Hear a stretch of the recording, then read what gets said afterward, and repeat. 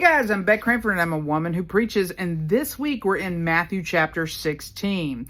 Jesus encounters the Pharisees, and this time they brought their friends with them, the Sadducees. I say friends lightly because they were sort of factions, if you know what I'm saying. It'd be like inviting your leftist friends and your libertarian friends into the same room.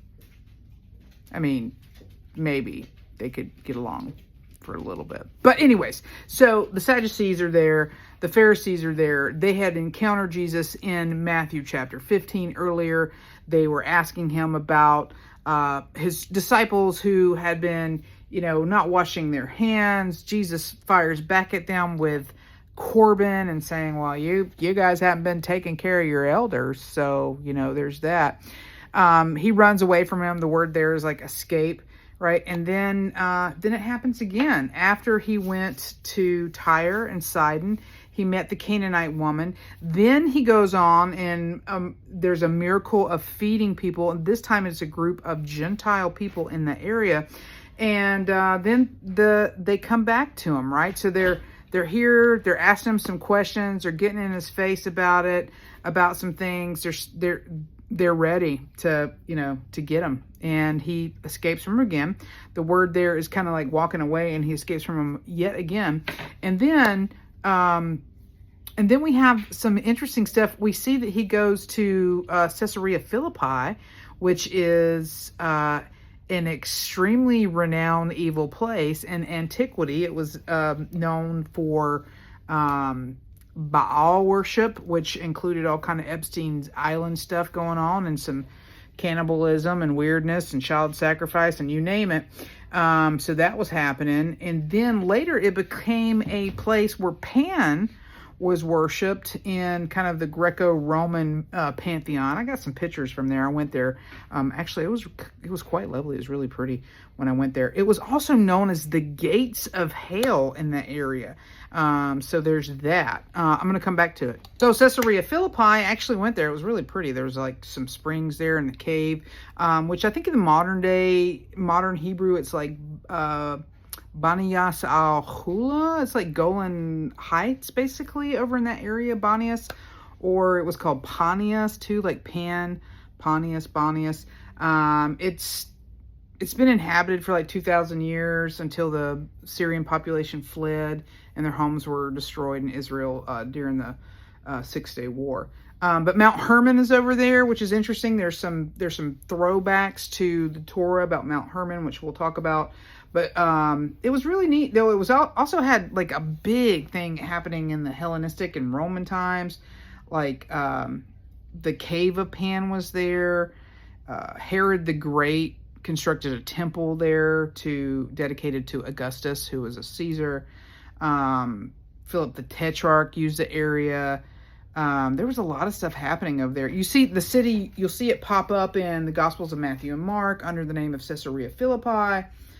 Jesus gives the confession when Peter calls, Jesus the Messiah there. So it's become kind of a pilgrimage for a lot of Christians. And also Jesus is speaking and he says, on this rock, I will build my church. And, some, depending on where you at in the spectrum of Christianity, some people will say that he's talking to Peter as Peter is the rock of the church. Some people will say that the church cannot be moved, and that is the rock. That's the firm foundation. And some other people are talking about Mount Hermon, that this is the rock. So there's a lot of ambiguity in there. I mean, you can study that yourself, figure out what you believe. I'm not asking you to believe anything here. I'm just, it's just interesting to see that. You could be like, this is all nonsense, and whatever, you do you, boo. So but that's just a little bit of the background on it. Like I said, we went there. It was really cool. I remember going there. I went with a really cool group of pastors. I went with some pastors from Atlanta that were like my friends that I had bonded with, and there was a group of pastors from Michigan who all were a little bit Southern Baptist and let me know quickly about their views on women in biblical positions of authority, which was a lot of fun for me. So much fun for me. Maybe not. Anyways, so the springs are there. They got this cave that's going on. There was a lot of stuff that was happening here. A lot of history in there associated with Pan. It was the way of the sea. It's also, the spring was in the book of Isaiah and antiquity. Again, you've got the goat-footed god Pan there. The cave was dedicated there. There was a whole little festival that was happening for Pan. I mean, just a lot of stuff going on. But early, the city was known, like Greco-Roman times, it was known for like some ick stuff. And then there's some history with it within the Crusaders and the Muslim times as well. So just a lot of stuff going on over there in Golan Heights. And then it is, of course, the Jordan River Basin, which I got in the Jordan. There was a lot of fish. It was kind of cool, and it was very green. It was very beautiful. Like you wouldn't expect, like when you, like a lot of times when you think of Israel, you think of like this like desert place, but like there's so much oasis over in Israel and Golan Heights and Gaza and Palestine, and just, I mean, there's so much beauty there, and this place was like green and verdant. So there's that. So as we're talking about, the Mount Hermon was called in antiquity the gates of hell. Jesus isn't, when he's like, the gates of hell shall not prevail, he's like pointing to this rock behind him, right? So literally this was associated with pagan worship, demonic associations, and biblical traditions of Nephilim. There's also, like, when you look around Mount Hermon, there's Bashan, who had a sinister reputation. It was ruled by the kings of Sihon and Og, and they were giant classes of Raphaim and Anakim, who were like spirits who were believed to inhabit the underworld. There was cities, Ashtaroth and Idri, who were considered entryways to Sheol and the realm of the dead. There's a lot of weird stuff going on there. And also, some Jewish tradition says that Mount Hermon was a divine site where the sons of God descended and produced the Nephilim. So this is where the angels were like, hey, girls of humans, what's up, ladies? And they're kind of the mythology there. And then again, later it became an area where Pan was worshipped, while the Canaanites had previously worshipped Baal Gad. Those temples were built on high places. So it's kind of interesting, Jesus has this whole identity thing going on here, and he turns to disciples and he's like, who do you say that I am? And Peter, says, well, you're the Messiah. And he was like, you're Peter, and on this rock I will build my church, and the gates of Hades will not overcome it. Some people have taken that to say that this is like a spiritual victory because of the church, and yeah, maybe, who knows? But also, Jesus is like literally looking at the gates of hell geographically and pointing this out.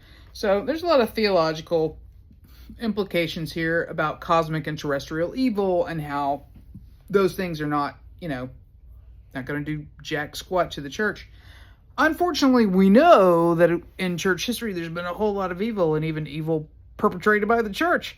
But it is our hope that the church continues to grow in grace and stature, and that you who are following Jesus will walk out in love and be, healers and lovers of goodness, and not jerks or racist, sexist, haters of other people, and all those kind of things. So yeah, gates of hell.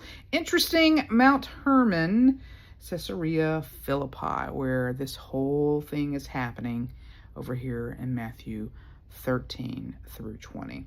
Also, in this kind of Matthew 16, 13 through 20, and like before and a little bit after, Jesus is warning his followers, his disciples, about the leaven of the Pharisees, is what he calls it. Now, again, we know the Pharisees were very devout, and Pharisees should not be used as a monolithic term for people who follow religious rule tightly. But these were a very devout group of people. But what he's warning against is people who want to have correct theology for the sake of having correct theology, and those who would not want you to go and be with people who were different, who were other, or the people that they considered sinners. Like, it's the same sort of theology of like, Jesus hung out with sinners, but he didn't leave them in sin. Well, I don't know. I mean, his disciples were, They were kind of jacked up. Like, we're all works in progress here. But these sort of conservative arguments that come out of left field, like, love the sin or hate the sin, it really needs to be like, love the sin or hate your own sin, right? Like, deal with your junk and then come back. It makes me so mad. Some people are so hung up on 6 verses of scripture, and you know what I'm saying. I'm talking to you. You know what I mean. Some people are like so hung up on those 6 little verses, they can't see past it. And they're just like, what is going on? And it's like, I mean, there's major immorality going on all the time in all other places, and they choose to take these 6 verses out of context and place them onto other people. Like, wow, they can't come to our church. Anyways, so there's more on that there. So basically, I think what's going on here in this chapter is Jesus really looking at his disciples and saying, be aware of the leaven of the religious elites who would have you believe that you can't hang out with people that are on the outside. And that's just bunk. So Jesus experiences an expansion of mind and grows in grace and stature with the Canaanite woman experience in chapter 15. And on the 16, and in chapter 16, some more things happen in a Gentile area, and an area that has a whole lot of weird, supernatural, crazy conspiracy theory stuff happening over there. And then Peter's like, you're the Messiah. And Jesus is like, yes, and don't tell anybody. And basically and you go live differently. Nobody needs that whole mouth service of Jesus the Lord. Why don't you act like you follow Jesus? And that's basically what he's saying. And he's saying, follow me, follow my ways, love people who are outside of the groups who have it right, and love or think they have it right, and love people that are considered sinners by the group that thinks they have it so right. Help them, Jesus. Help them, Lord. Jesus, save the Christians. Jesus, please save the Christians. God, help us. Jesus. All right, that's enough. I'm Beck Cranford. I'm a woman who preaches. If you want to follow me, I'm on all the things. If you want to throw some money at me, I'm on all the things. I got the Cash Apps. I got the Venmo. You can, bless a sister. And also, websites there if you need spiritual direction. I'm pretty rad spiritual director. You should ask some of my clientele. Beck Cranford, a woman who preaches. You don't have to leave your brain at the door when you're opening the Bible, and you can be biblically literate and not take the Bible literally, and you don't have to be a Bible bigot. Thanks for joining in.